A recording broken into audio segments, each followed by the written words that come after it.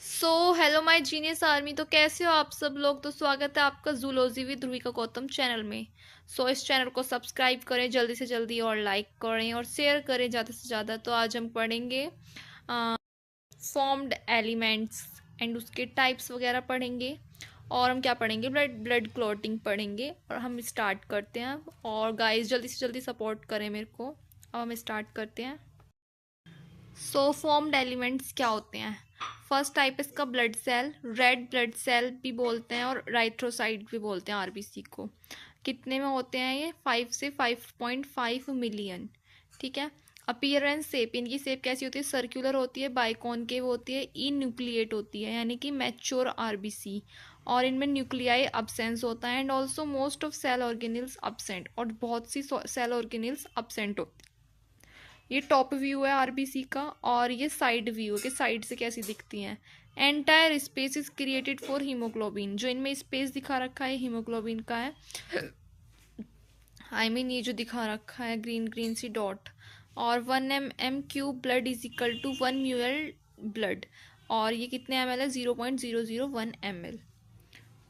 अब यहाँ पे vitamin B12, cyanocobalamin, vitamin B7, folic acid essential for RBC maturation. यानी कि जब हमें विटामिन B12 की मतलब किसकी कमी से, मतलब किससे मिलता है, साइनोकोबैलिमीन। और विटामिन B7 फॉलिक एसिड, मतलब कि इसके लिए एसेंशियल होती है आरबीसी का मैच्योर होना। पॉलीसाइथीमिया, पॉलीसाइथीमिया क्या है, जब आरबीसी ज़्यादा हो जाती हैं तो इससे हमें ये वाली प्रॉब्लम होती है, पॉलीसाइथीमिया। यहाँ पे आपको दिखा रखा है इनका नंबर्स। आरबीसी सबसे ज़्यादा होती हैं, फिर प्लेटलेट्स, फिर WBC. Formation, early embryonic stage को हम यॉक सैक बोलते हैं और लेट एम्ब्रियोनिक स्टेज को लीवर या स्प्लीन।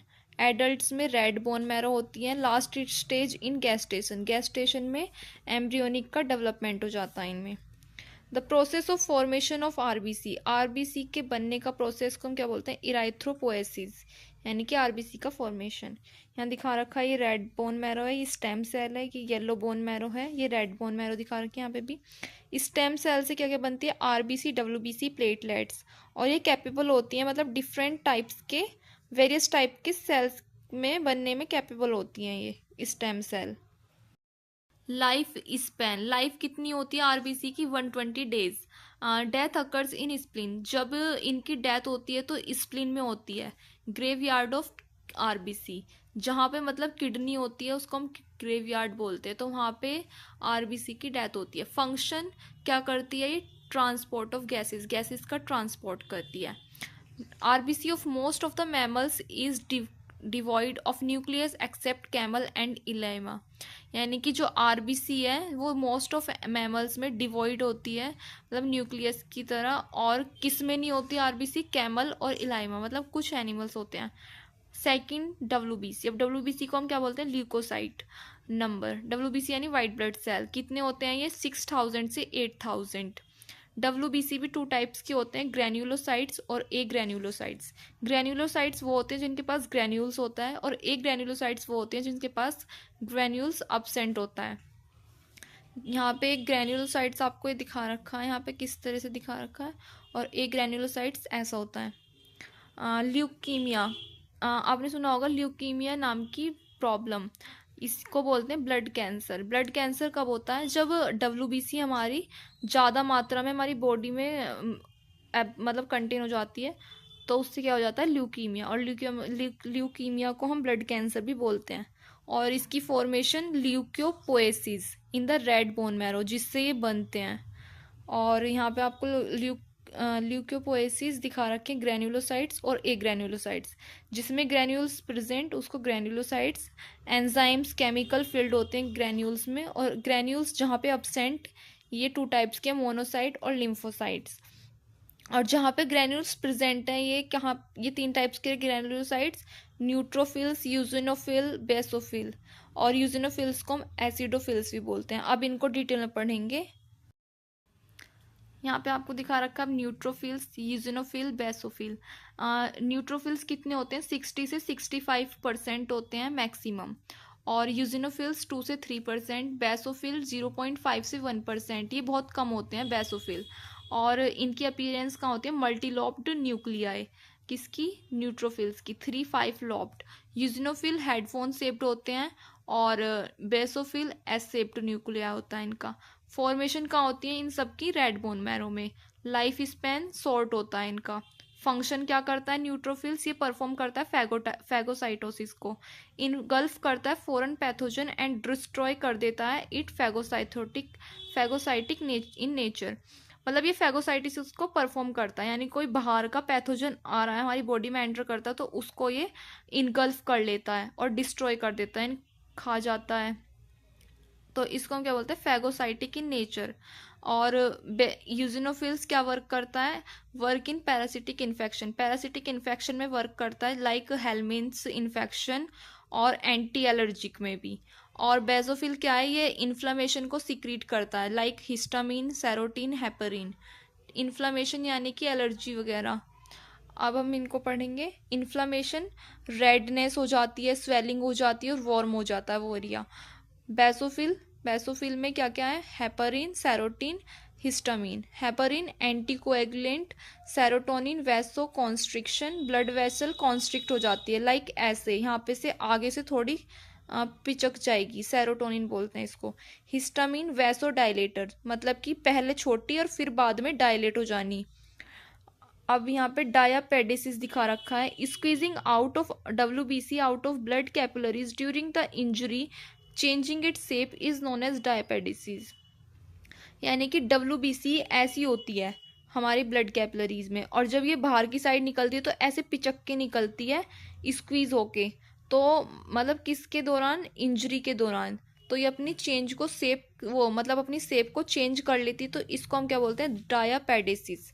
अब यूजिनोफिल क्या है, यूजिनोफिल से anti allergic, release anti histamine to reduce, ये मतलब एंटी हिस्टामिन जो है रिलीज होता है इससे, सिक्रीट करते हैं हिस्टामिनिडेज को। बेजोफिल क्या है, सिक्रीट करता है हिस्टामिन को, the effect on histamine during allergy, allergy के दौरान, ठीक है। During inflammation act like mast cell, mast like की तरह ये एक्ट करता है।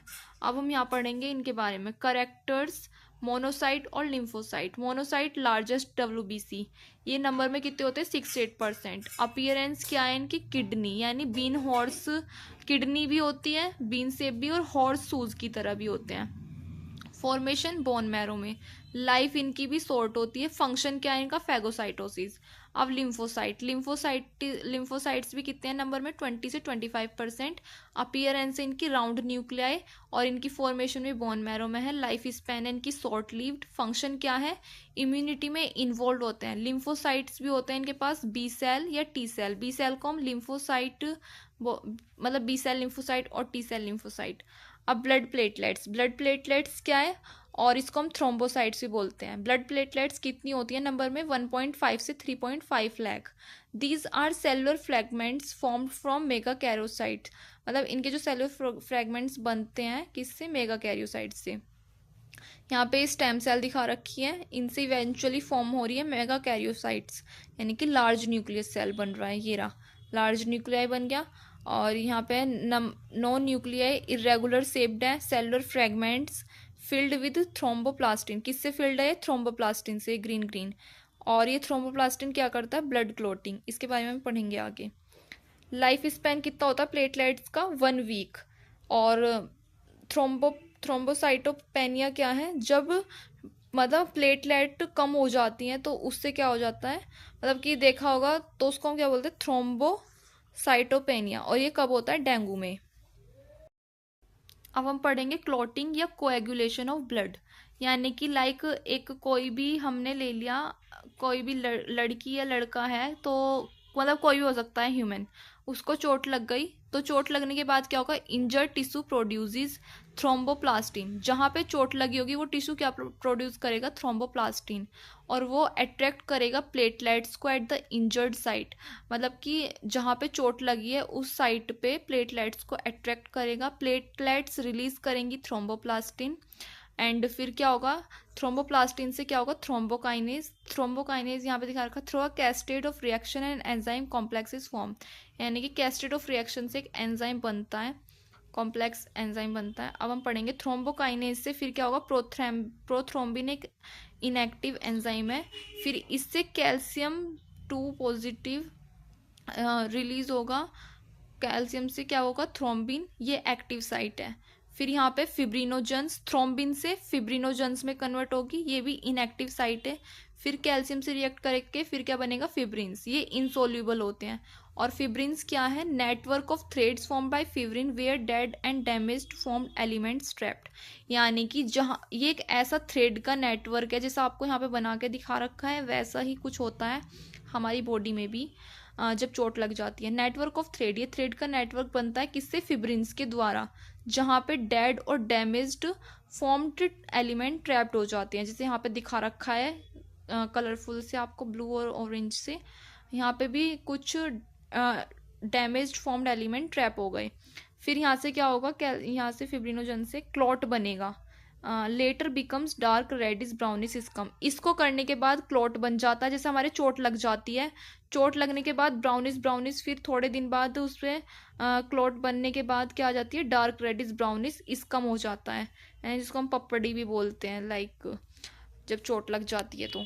सो आज हम इतना ही पढ़ेंगे। सो आपको मेरी वीडियो अच्छी लगे तो लाइक सब्सक्राइब करना ना भूलें। Thank you so much. Next हम पढ़ेंगे blood grouping. Thank you so much.